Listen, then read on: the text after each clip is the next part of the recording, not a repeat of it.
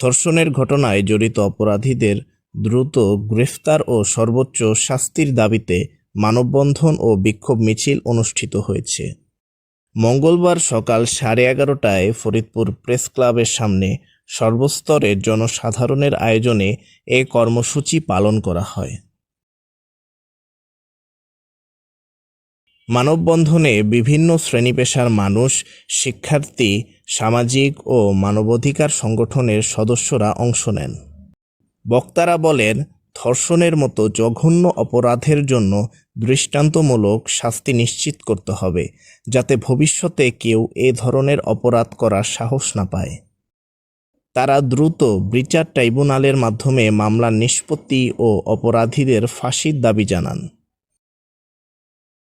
মানববন্ধন শেষে বিক্ষোভ মিছিল বের করা হয়। মিছিলটি প্রেস ক্লাবের সামনে থেকে শুরু হয়ে শহরের প্রধান সড়ক প্রদক্ষিণ করে জনতা ব্যাংকের মোড়ে গিয়ে শেষ হয়।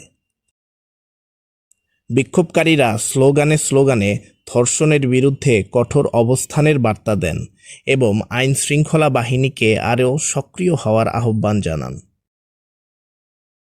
স্থানীয়রা জানিয়েছেন, সাম্প্রতিক সময়ে নারীদের প্রতি সহিংসতার ঘটনা বেড়ে যাওয়ায় তারা উদ্বিগ্ন।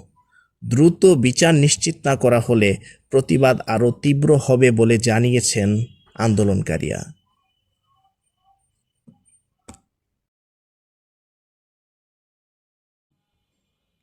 মুক্তির সংগ্রাম, ফরিদপুর।